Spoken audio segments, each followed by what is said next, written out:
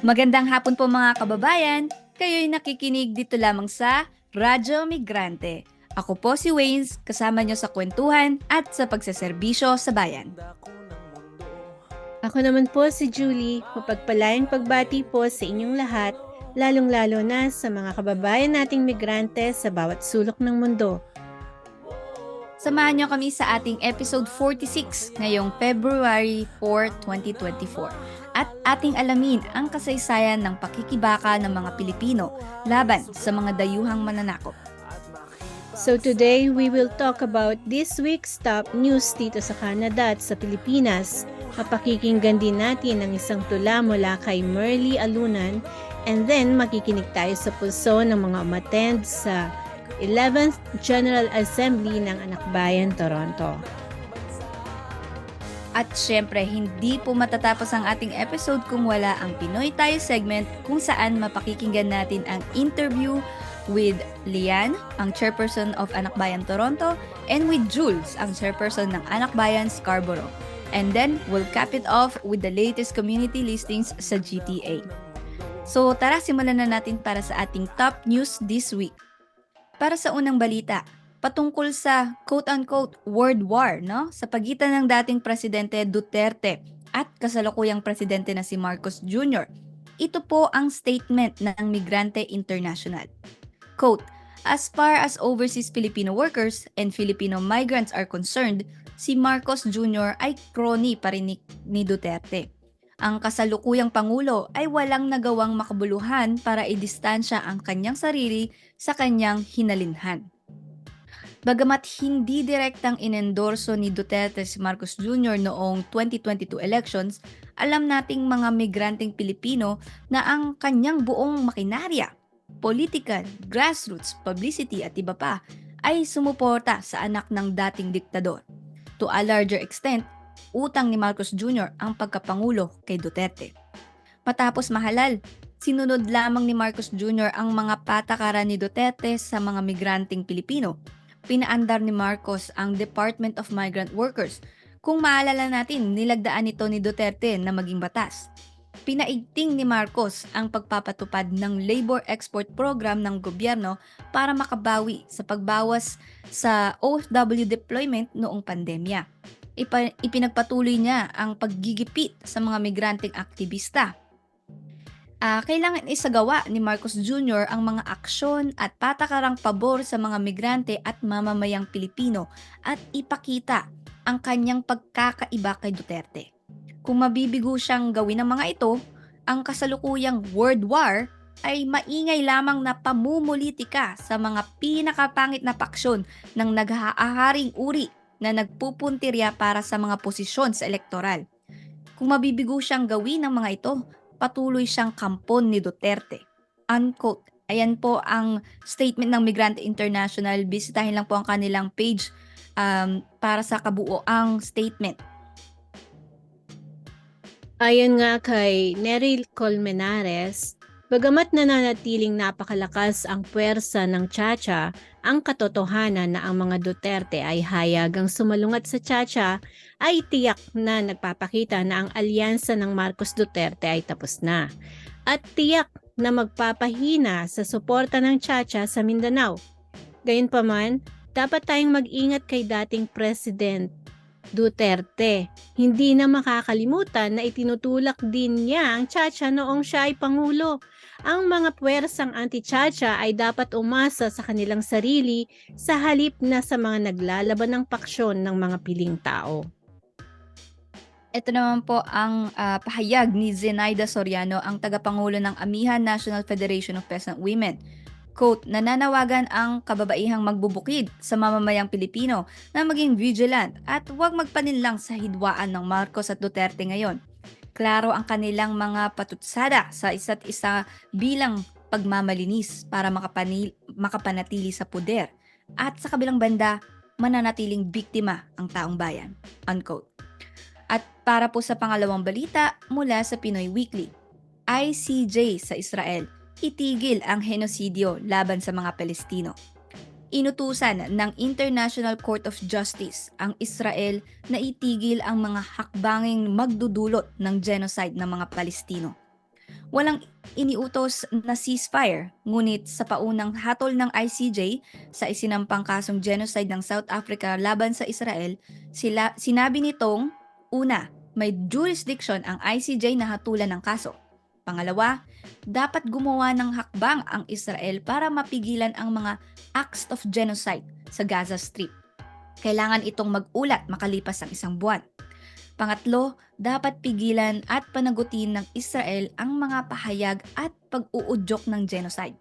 Pang-apat, dapat payagan ng Israel na pumasok ang mga humanitarian aid sa Gaza. At panglima, hinimok din ng Israel na gumawa ng hakbang para protektahan ng mga Palestino at mabawasan ang pagkamatay at pagkawasak sa Gaza. Ayon kay Attorney Edre Olalia, maingay at malakas na sampal sa mukha ng mayabang at mapagmagaling na Israel ang naturang hatol ng International Court of Justice. Ayan, patuloy po kayong nakikinig sa Radyo Migrante dito sa Toronto's Best Filipino Community Program, Vibe 105. Natunghayan po ninyo ang mga balita at ngayon naman magbalik tanaw tayo sa kasaysayan at kultura ng Pilipinas. Hello puli, ako si Waynes, bringing you today's segment of Ang Ating Kasaysayan. Tara, let's learn more about our history and remind ourselves that history is not just information about the past, because history is a way for us to learn more about our culture and to get to know more about ourselves as Filipinos. So for this week, we'll discuss colonial mentality and kasama natin ang isang community member na si Maria, a kababayan who just moved to Canada from the US. So welcome to Canada. And kasama rin natin sa usapan si Lian, ang chairperson ng Anakbayan Toronto, at si Jules, chairperson ng Anakbayan Scarborough. So sige Maria, ano ba ang colonial mentality? Sure, thank you. I'll give some context, some historical context first. So, as most of us know, Filipinos have a unique historical relationship with the United States. Filipinos were some of the earliest Asian immigrants to the U.S., and until 1946, the Philippines was the only U.S. colony in Asia. And so, colonial mentality refers to a form of internalized oppression among Filipinos and Filipino Americans, such as myself. In other words, it's when the colonized person starts to truly believe the negative things that are said about them and their culture, whether it's food, language, or music. And so a Filipino psychologist named E.J.R. David, along with another psychologist, Sumi Okazaki, actually conducted an in-depth study on colonial mentality within the Filipino diaspora in the United States, using surveys on a sample of over 600 Filipinos. And this is what we can dig into today. Mm-hmm. So, what was the findings of this study that they conducted? Yeah, so the study found 5 significant factors that contribute to colonial mentality. So the first one is embarrassment, shame, or lack of pride associated with Filipino culture and traditions. So, for example, in high school, I avoided a lot of on-campus cultural Filipino clubs because I was ashamed to be associated with my own culture. Another example is, I used to bring pusit for lunch from baon in high school, and I would get made fun of because it smelled bad, and so this shame of my own, the food of my own people start to come about, and I would transition to bringing American sandwiches as lunch.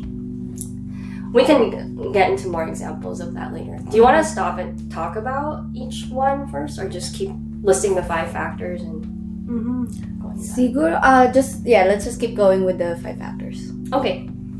The second factor is internalized cultural and ethnic inferiority. And this is, for example, feeling inferior to your white counterparts and feeling this pressure to assimilate to this more superior race or ethnic group. The third factor that the study found is colonial debt. In other words, gratitude towards your colonizer. For example, gratitude towards the US and Spain for quote unquote advancing Filipino life despite exploitation that comes about from colonialism. The fourth factor is related to physical appearance, so feeling less attractive than your white counterparts, whether it's because you have a darker skin tone or a flatter nose. These physical characteristics that lead to internalized racism and lower self-esteem. And the last and fifth factor they found in the study is negative attitudes and behaviors towards other Filipino immigrants in the US. For example, making fun of new immigrants by calling them fobs or fresh off the boats, wanting to distance yourself and otherizing them because you are more Americanized or more assimilated into the predominantly white culture, and they're not because they're still speaking with their heavy accents and they still carry a lot of the traditions from back home that you're trying to distance yourself from. So these are the 5 significant factors that contribute to colonial mentality, and the study found that these actually lead to higher rates of depression among Filipino Americans as well as low self-esteem. So it really is a foundation for studying psychological and mental health effects among the Filipino diaspora in America who suffer from colonial mentality. Patuloy po kayong nakikinig sa Radyo Migrante dito sa Toronto's Best Filipino Community Program, Vibe 105. At para sa susunod na segment, lumubog tayo sa ating kulturang Pilipino.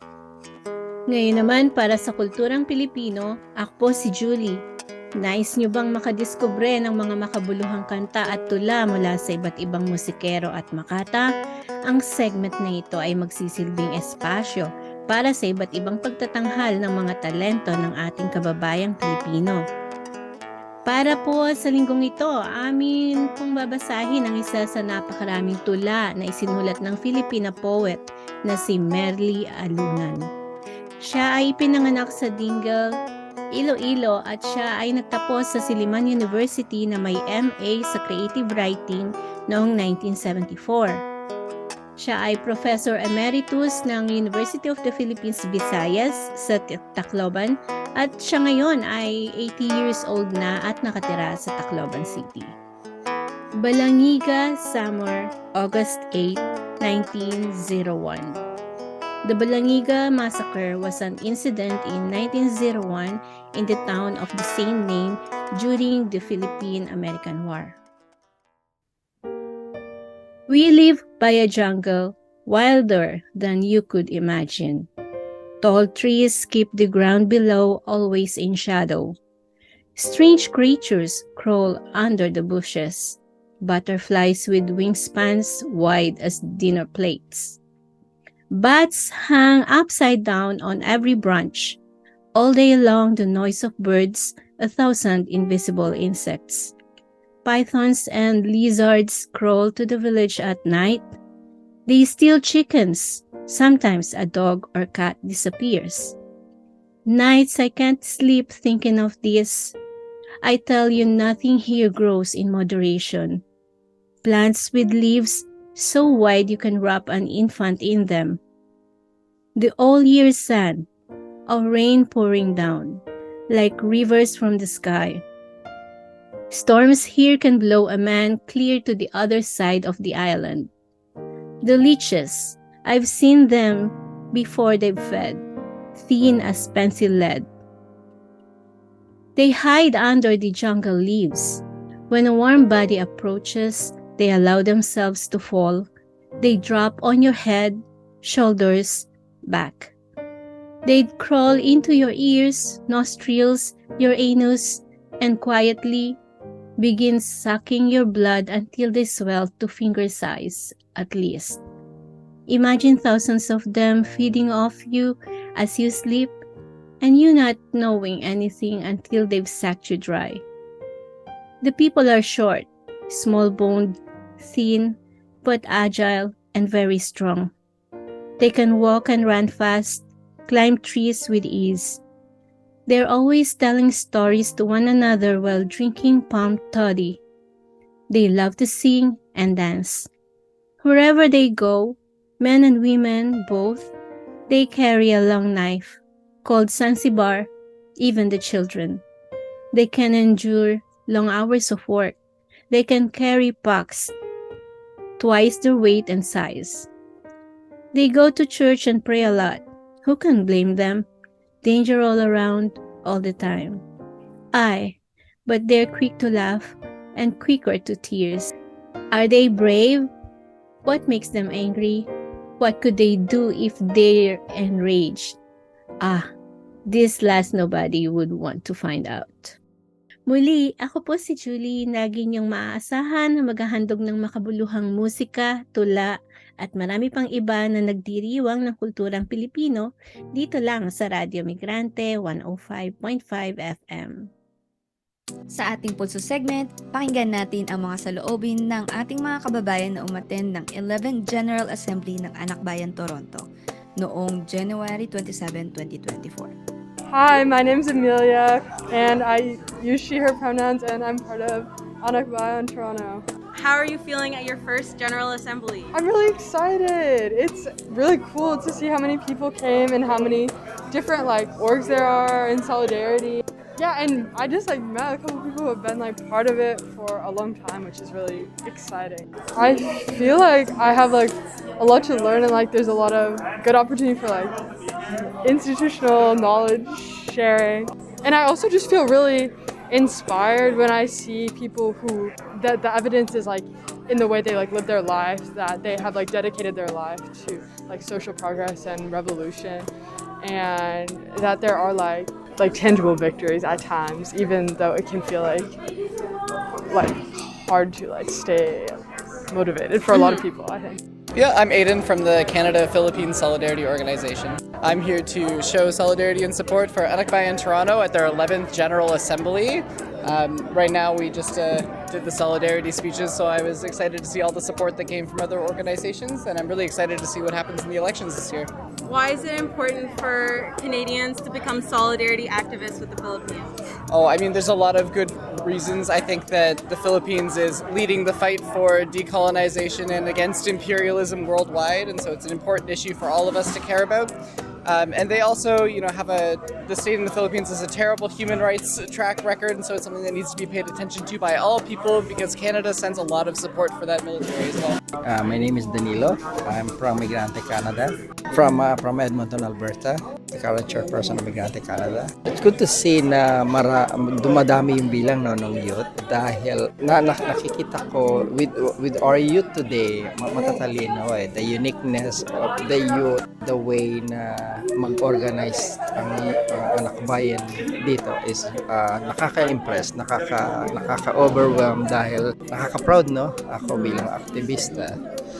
Importante ito dahil naimumulat natin sila sa realidad ng buhay natin sa Canada at ikino-connect natin sa issue natin sa Pilipinas, dahil yun naman ang dahilan bakit nagkakaroon ng migration. Yung root cause of migration ng Pilipinas, problema sa Pilipinas ang nagtulak para tayo umalis ng ating bansa. At dito ay nakikibaka tayo, inoorganisa natin ang mga Pilipino para sa unang-una karapatan bilang tao, karapatan sa paggawa, karapatan mag-organisa, at ma-educate hindi lang sa organizational work, pati politically,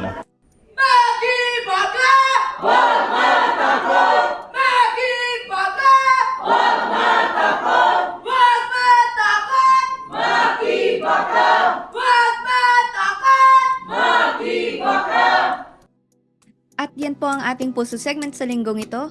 Maraming salamat sa mga nagbahagi ng kanilang opinyon at karanasan. Patuloy po kayo nakikinig sa Radyo Migrante dito sa Toronto's Best Filipino Community Program, Vibe 105. Huwag kayong aalis mga kababayan. Makakasama natin si Lian, Anak Bayan Toronto Chairperson, at si Jules, ang Anak Bayan Scarborough Chairperson, at mag-uusap tayo tungkol sa Philippine-American War at ang patuloy na pakikibaka ng masang Pilipino para sa tunay na kalayaan mula sa mga dayuhang mananakop. Mapapakinggan po natin yan after the break.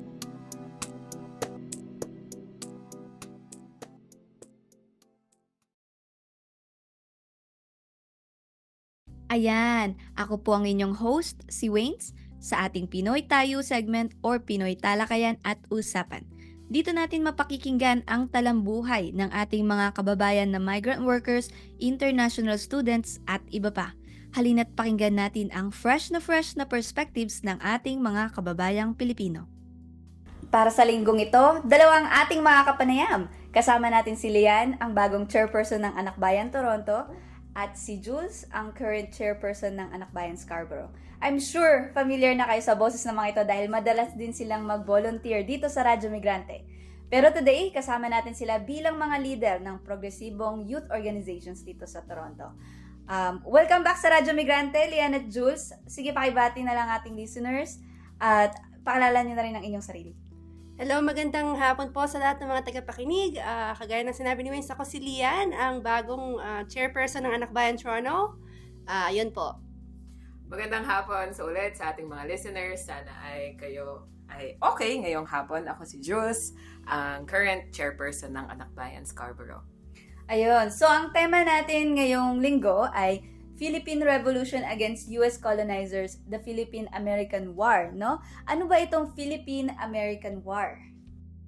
Philippine-American War, kung titingnan natin yung kasaysayan ng Pilipinas, natalo, di ba? Natalo ng mga revolusyonaryong Pilipino ang mga Espanyol during 1899. Pero ang hindi natin alam, ito ay isang mock war kasi secretly binenta na tayo ng Espanya sa mga Amerikano sa halagang $20 million. So nagkaroon ng bloodless war, tas may isang Spanish general na kunyari nag-surrender siya pero hindi talaga yun yung nangyari. Tapos biglang dumating yung kampo ng Amerika dito at nagsasabing ito ay under na ng Amerika. At syempre, during that time, hindi yun gusto ng mga Pilipino, kaya sila patuloy na nakipaglaban. Kaya nangyari yung Philippine-American War. Hanggang, hanggang July 2, 1902. Kung iisipin natin, bakit ba ito nangyari? Bakit ba tayo binenta? At saka bakit ba bumayag yung mga Pilipino na nangyari yun? Kasi nagkaroon ng Treaty of Paris, yun nga, between Spain and the Americans. Kaya dahil nga under tayo ng sovereignty ng Spanish during that time, at dahil binenta tayo, hindi ni-recognize ng US na there was or there is a Republic of the Philippines. Kaya nagkaroon ng digmaan. During that time, 1902, 1899, nasa under US imperialism na tayo. At makikita din natin yan up until this day. Meron pa ding kampo ng mga US military bases na pag-uusapan pa siguro natin later on. Anong casualty dito sa Philippine-American War? Ang isa sa mga talagang kilala na casualty na nangyari ay nung nangyari 1901, ang Balanggiga Massacre, no? Ang nangyari dito, may isang babae, isang Pilipina na inabuso, minulesya ng mga Amerikanong sundalo. Siyempre, gustong ipagtanggol ito ng mga lokal na Pilipino na naninirahan sa komunidad at sila ay nagsagawa ng uprising kung saan yung iba nagpanggap pa nga ng babae, yung iba humiga pa sa mga casket, tapos parang nilusob nila yung mga Amerikano at dahil dito, siyempre, nagalit ang mga Amerikano at nagalit talaga sila. So, ang ginawa nila, sinunog nila yung mga komunidad. Talagang kill and burn, no? Talagang pinatay nila ng walang awa ang mga Pilipino dahil sa galit nilang ito. Daang libong Pilipinong sibilyan ang namatay. Pero kung titingnan natin, no, ano bang makukuha natin dito sa istoryang ito? I think it is really a symbol, no, ng resistance ng Pilipino na never tayong tumingin na lang habang tayo sinasakop, no? At tayo ay talaga namang lumalaban simula pa nung kay Bonifacio hanggang sa ngayon, patuloy pa rin at ito ay simbolo nga ng pinaglalaban namin dito sa Anakbayan. Kaya dito natin nakikita na importante talagang to look back on our history. Makikita natin kung ano yung kailangan nating i-dissect and analyze yung root causes kung bakit hanggang ngayon, kung bakit hindi naging malaya yung Pilipinas in the first place. Ayun nga, so masasabi niyo ba na malaya na talagang Pilipinas? Talagang hindi pa malaya, no? Independence talaga dapat ito. Kasi kung tutuusin, maraming bagay pwedeng masabi dyan. Pero since we have limited time, no? Focus na lang tayo sa Yung military presence sa Pilipinas, patuloy pa rin yan, di ba? Yung mga US bases na nandun sa Pilipinas at sinasabi, ano talaga yung purpose nila dyan, no? Meron pang yung economic dependency na talaga namang tayo umaasa sa, kunwari, yung mga utang ng Pilipinas, talagang saan ba sila kumukuha ng pera? At so, libo-libo, trillion, or sobrang dami nating utang at ang magiging ending yan, magiging dependent tayo sa kanila, di ba? Yung political influence na talaga namang may say pa rin ang mga Amerikano sa kung sino ba ang magiging mamumuno sa ating bansa. At ang huli naman, ang gusto kong panggitin, yung cultural domination. So ano ba ito? Maraming pwedeng dyan, pero ang example na lang na ibibigay ko, no, yung belief, colonial mentality na pag imported, maganda. Laging, di ba, sinasabi na, oh, it imported to, maganda to, ganyan. Tapos, meron pang iba yung pag-aaral ng Ingles sa Pilipinas. Hindi naman masama, no, na mag-aaral ng ibang lingwahe, dahil maganda nga ito para makapag-connecta tayo sa ibang tao na iba yung sinasalita. Pero, kailangan din nating tignang maigi kung bakit parang sa Pilipinas ay pinibigyan ng matinding focus yung pag-i-English na pagka nagtatagi-English ka, parang ang husay-husay mo. Pero ano ba talaga? Bakit natin ito ginagawa, di ba? So, kailangan talaga mapagmasid tayo sa mga nangyayari. May dagdag ka ba, Jules? Sige, may dagdag ako. Diba? Dun sa sinabi ni Lian, dadagdagan ko lang na itong mga English isa sa mga official languages ng Pilipinas. Bakit natin kailangan mabulag sa mga imported na mga material kung meron naman tayong, kung pwede naman natin gawin sa Pilipinas. At saka, ito yung result ng neoliberalism ng US at saka ng history ng Pilipinas sa atin. Kung bakit may mga wonderings tayo na, ang hirap mong mahalin Pilipinas dahil nga sa mga ganitong bagay. Tanungin pa natin yung sarili natin, bakit?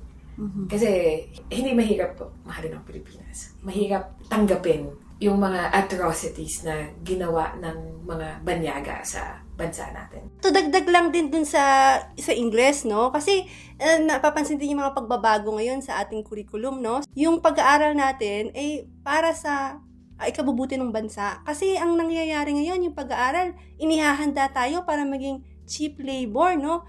At i-export tayo sa ibang bansa, which is, I think, very, kung magkakaroon man ng isang curriculum, dapat pro-people ito para sa ikagaganda ng Pilipinas, para sa mamamayang Pilipino.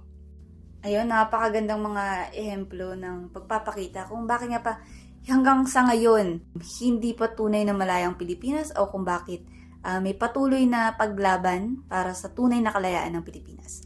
Ano bang masasabi niyong solusyon, no? Kung hindi pa talaga tunay na malayang Pilipinas, ano ang solusyon? Ano ang kinabukasang nai-imagine niyo? Magandang tanong yan. So, ang isa sa mga solusyon talaga, no? Ngayon, ang ano bang magagawa natin? Lagi yung mga sinasabi ng mga tao, ano bang dapat gawin? Ay mag-organisa ho tayo. Dito sa Anak Bayan, ano ba ang Anak Bayan? Kami ay isang National Democratic Mass Organization, no? Naniniwala kami na ang sociedad ng Filipino society ay semi-colonial at semi-feudal. Kami dito sa Anak Bayan ay naniniwala na may tatlong salot, may tatlong basic problems, no? Like feudalism, imperialism, at bureaucrat capitalism. At nakikita namin ang national democratic struggle na isang alternatiba para sa mga kabataan at sa mga ibang sektor na rin ng komunidad, ating bansa, to have a genuine freedom, no, and democracy. So, pambansa kami dahil pangunahing pinaglalaban namin ng national sovereignty laban sa US imperialism. Ayun nga, nakita natin na maging sa kasalukuyan, no, na pag-usapan natin, hindi tunay na malaya ang Pilipinas. At bagamat yun nga, wala namang direct colonialism na nangyayari, nananatili pa rin yung control at impluensya ng ibang bansa, lalo ng US, over Philippine economy at culture, pati na rin ng politika. So, nabanggit na natin yan kanina. At kami ay democratic naman dahil pangunahing inilulunsad natin ng pakikibaka ng ating mga magsasaka para sa lupa bilang mayorya ng populasyon ng Pilipinas. So, sino ba yung majority of the population in the Philippines are peasant and are... Kaya dapat talaga inilulunsad o ina-uphold natin ang kanilang mga rights and welfare. Sa pagsasalitang ganyan, ang susunod na solusyon ay talaga naman kailangan magkaroon tayo ng independent Philippine economy. Kagaya na nabanggit kanina, no? Yung utang natin, nagiging dependent tayo, kailangan natin ng tulong ng US. Pero in the very first place, dapat talaga independent ang Pilipinas. Kasi kaya naman natin, di ba? Sinasabi nga, ang mayaman ng Pilipinas, Pero bakit naghihirap ang mga Pilipino? So, isa yan sa mga dapat tanongin talaga natin at kilitisin. Hindi nga yung pagkakaroon ng ekonomiya, pagde-develop para sa interest ng mga tao. So, paano bang mangyayari yun? So, gumawa ng trabaho sa loob ng bansa at hindi sa labas, 'di ba? So ibang usapan pa yung labor export policy na yan. So kung may idadagdag din si Jules. Dadagdag ko lang din yung hanggang ngayon na ang nakikita nating sa Anak Bayan, nakikita nating future ay ang government ay pro-people. So, free from foreign control at hindi namumuno ang ruling class o ang bureaucrat capitalist sa ating gobyerno. Kasi yun ang panawagan natin dahil madami tayong manggagawa at mga pesante sa Pilipinas. 75% yan na nagme-make up ng population natin. So, ayun, genuine agrarian reform. At makikita din natin na hindi pa rin malaya ang Pilipinas dahil hanggang ngayon, tinatanggihan pa din ng ating presidenteng Bongbong Marcos na itaas ang sahod ng mga Pilipino. Ang lipunan na ipinaglalaban namin na gusto naming maatim ay self-determination din ng mga indigenous people at hindi na kailangang ilabas ang mga Pilipino para sa labor ng Pilipinas. So, nabanggit mo kanina, no, colonial mentality. Anong alternative ba? Parang anong pagbabago na pwede nating maatim sa lipunan na hindi colonial mentality? So, anong ibig sabihin o anong itsura ng makapilipinong kultura? Napakagandang tanong niya, no? I think ang talagang makapilipinong kultura ay kung saan inuunang interes ng ating mga mamamayan, kung saan hindi tayo nag-aaral para lang i-export sa ibang lugar. Tayo ay nag-aaral para masiguradong kumakain ng tama at paano ba natin mai-improve ang ating agricultural para masustain, no, ang ating mga mamamayan. Kasi kayang-kaya natin yan eh. Kayang-kaya natin yan. Pero dahil nga ibang prioridad ng ating gobyerno na kailangan talaga natin kilatasin. Kagaya ng mga sagot namin kanina ni Lian, ang future na nakikita ng Anak Bayan at nakikita namin personally as kabataan is isang lipunan na makapilipino. So ang lipunan na nakikita namin sa Anak Bayan sa Pilipinas ay isang makapilipinong Makamasang lipunan. Paano ba natin ito nakikita? Isa sa mga sagot dyan ay ang national industrialization, meaning that ang trabaho ay para sa Pilipino at kasi kung titingnan natin, wala tayong industry sa Pilipinas eh. Napaka-dependent natin sa mga foreign trades eh. Kagaya ng, 'di ba, mayaman ng Pilipinas sa natural resources. Ine-export natin yung raw materials natin. Ba't hindi natin pwedeng gawin sa Pilipinas yun? Kagaya ng mga metal. Bakit hindi natin pwedeng gawin yung mga sarili nating screws, sarili nating mga pako? So, yung mga ganung bagay na pwede natin tanong sa sarili natin na ito yung mga solusyon, napakasimple, pero bakit hindi natin kayang gawin? Dahil nga, itong nasa gobyerno natin at ang namumuno ng Pilipinas, mayroon silang sariling interes na hindi makapilipino at hindi makamasa. Pwede nating banggitin dito din yung Chacha na nangyayari ngayon na usapin na parang sinasabing ka para gumanda ang Pilipinas kailangan baguhin na itong konstitusyon, no? Kailangan linawin natin na kailangan sistema ang baguhin at hindi ang konstitusyon. Kasi pag ganyan na lang, na nagpo-focus tayo sa mga konstitusyon pero bulok pa rin ang sistema, kahit anong palit mo ng konstitusyon, ganun pa rin ang mangyayari. Na parang sinasabi pa, I think, isa sa mga Chacha din na binabanggit, yung pwedeng 100% own, ay banyaga. Ay nako, hindi talaga. Diyan pala makikita mo na hindi makapilipino yung kanilang sinasuggest, no? Isa yun sa mga dapat nating talagang titigan at kilatasin. Paulit-ulit kong sinasabi, kailangan lagi tayong mapangmatsyag, mga kababayan, dahil ito ay kinabukasan natin, lalo na sa mga kabataan. Kaya po, sumali kayo ng Anak Bayan Toronto, Anak Bayan Scarborough, anong Anak Bayan man kung nasaan man kayo. We try to be locally immersed with the masses. So meron po kami, kung wala, pwede ko kayo mag-reach out sa amin and we'll try to help you na magkaroon po sa inyong lugar. Tsaka diba, kapag naiisip natin kung ano yung kondisyon ng Pilipinas, nakakalungkot talaga kasi lalo na nasa diaspora tayo, kailangan natin umalis ng Pilipinas para makahanap ng trabaho, para mag-aral. At kung naiisip natin, lalo na sa mga kabataang nakikinig ngayong hapon, kung naiisip natin na, naku, walang solusyon, o kaya kung meron tayong defeatism na nag-i-exist sa ating mga puso na wala kasing mangyayari kasi ito yung sistema. Ako ba yan nagsasabi sa inyo na kayang-kaya niyong labanan ng sistema. Kaya tayo nag-oorganisa, kaya tayo patuloy na nakikibaka. At kung meron tayong magagawa at kung gusto niyo itong gawin at kung handa kayong gawin, andito ang Anak Bayan para sa inyo. True. Kaya the people united will never be defeated. Lumalakas, lumalawak, Lumalaban, Anak Bayan! Maraming salamat po sa inyong pakikinig. Maraming salamat sa patuloy na pagsubaybay at maraming salamat din kina Lian at Jules na naghatid sa atin ng fresh na perspectives ng ating Pinoy talakayan at usapan o Pinoy tayo. At ngayon, pakinggan natin ang remake ng kantang Tayo'y Mga Pinoy, original by Heber Bartolome of Banyuhay. Ito pong pakikinggan natin ay ang remake ni Francis Magalona, kasama po ito sa kanyang second album na Rap is Francis M. na nirelease niya noong 1992. Please enjoy.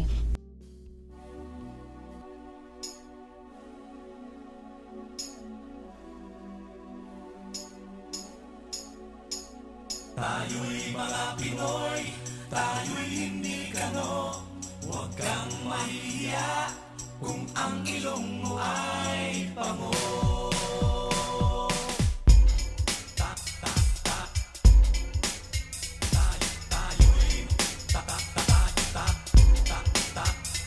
Tayo'y mga Pinoy, kung ang ilong mo ay pango.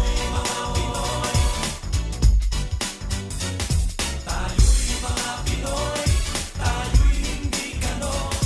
Huwag kang mahiya kung ang ilong mo ay pango. Dito sa silangan, ako ay isinilang kung saan nagmumula ang sikat ng araw. Ako ay may sariling kulay na kayo manggi, ngunit di ko maipakita ang tunay kong sarili. Kung ating hahanapin ay matatagpuan, tayo may kakanyahang dapat nahangaan. Subalit nasaan ang sikat ng araw, tayo ang humahanga doon sa kanluran. Sabi ni Heber, huwag tayo manggaya, huwag ka manggagaya kung hindi mo rin kaya. Mangopya ka man, siguraduhin mong mas mahusay sa kinopyahang at matino. Kahit ang ilong mo'y baliko, kahit na pangit, sarat at pango, basta't patay-pantay, walang kulay, walang away, awitin nating sabay-sabay. Tayo'y mga Pinoy, tayo'y hindi kano.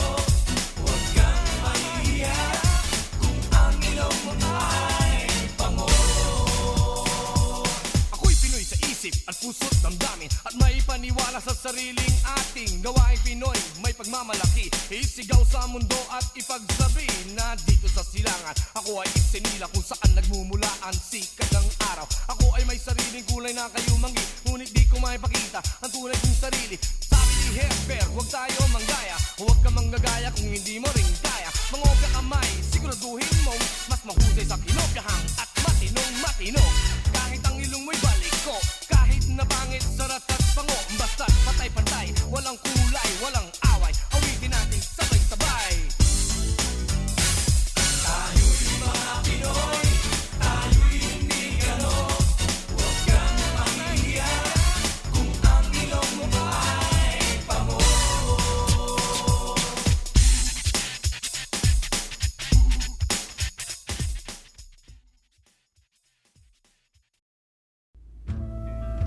At ngayon naman po, pakinggan natin ang kantang Marilag by the band Muni Muni. They describe themselves as a Makata pop or poetry pop. Please enjoy.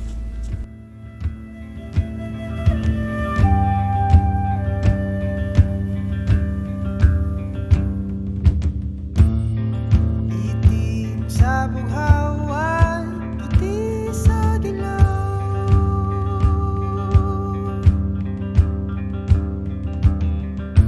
Lampara sa daan ay pinapalitan.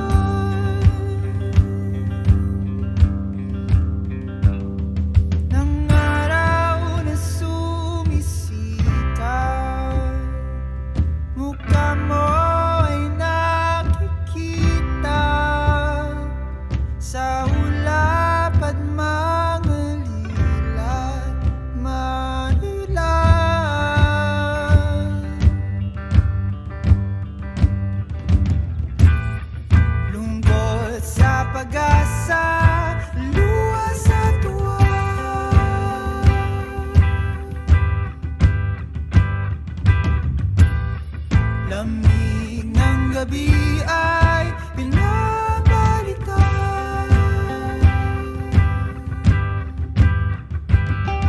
ng init na pumapalon. Ang yakap mo'y kakilala, sa bangketa ako'y pinulot. Manila, Manila,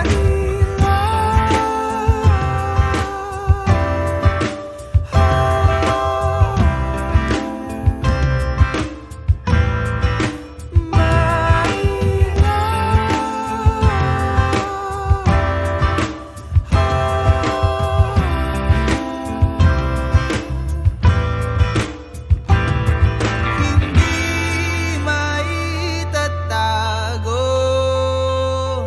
hindi maikukubli. Ang mundo ay pinapalo ng iyong pagpanguli. Hindi maitatago, hindi maikukubli. Ang mundo ay pinapalo ng iyong. Nakikinig kayo dito lamang sa Radyo Migrante ng Vibe 105.5 FM. At syempre, to stay updated sa happenings sa ating community, narito ang mga event at announcement. Sa February 5 ng 10:30 a.m., ang 2023 Marshall McLuhan Fellow from the Philippines na si Jodes Gavilan of Rappler ay magsasalita tungkol sa evolving role of journalists in covering human rights stories in the Philippines. Kung interesado kayo dito, mag-register sa Eventbrite page nila. Mahanap ang link sa aming Instagram. Sa February 8 naman, at 6 p.m., sumali sa unang session ng isang teach-in facilitated by the International League of People's Struggle or ILPS. Ang in-person Right to Resist series na ito ay magsisimula sa topic tungkol sa history of resistance. Para mag-register, hanapin lang ang ILPS Canada sa social media or sa web browser. At sa February 23 hanggang 25 naman, sumali at sumama sa ika-6 na Pinoys on Parliament Conference 2024 na gaganapin sa Ottawa. Pinoys on Parliament is the first and largest national leadership conference for Filipino-Canadian youth. POP will be hosting workshops, discussions, and cultural events surrounding the idea of laro. Ito ay gaganapin sa Ottawa. Follow Pinoys on Parliament on Instagram for more information. Interesado ba kayo na maging bahagi ng Radyo Migrante? Halina't sumama sa Radyo Migrante Collective. There are open positions for new researchers, scriptwriters, co-host, editors, at social media coordinator. And to learn more from our past and future episodes, just check us out on Instagram, Facebook, YouTube, and Spotify. Isulat nyo lang ang Radyo Migrante Toronto sa search bar. At dito nagtatapos ang isa na namang makabuluhang episode ng Radyo Migrante. Ipagpapatuloy natin ito next week kung saan pag-uusapan natin ang sitwasyon sa lungsod sa Pilipinas at ang pakikibaka ng mga mamamayan para sa kanilang karapatan. Muli, sana po ay marami kayong natutunan sa isang oras na pinagsaluhan natin. Please be kind to yourself and enjoy the rest of your day. Padayon mga karadmig para sa progresibong politika at pagbabago. Sa tulong ng mga kababayan natin na bumubuo ng Radyo Migrante, kay Maria, Lian at Jules, kay Carl Ramirez para sa kanyang kantang Migranteng Pilipino, at higit sa lahat sa inyo pong mga nakikinig sa Radyo Migrante tuwing linggo mula 1:00 hanggang 2:00 ng hapon. Maraming salamat po. Hanggang sa susunod mga kababayan, muli, mabuhay po kayo at mabuhay ang Bayang Pilipinas!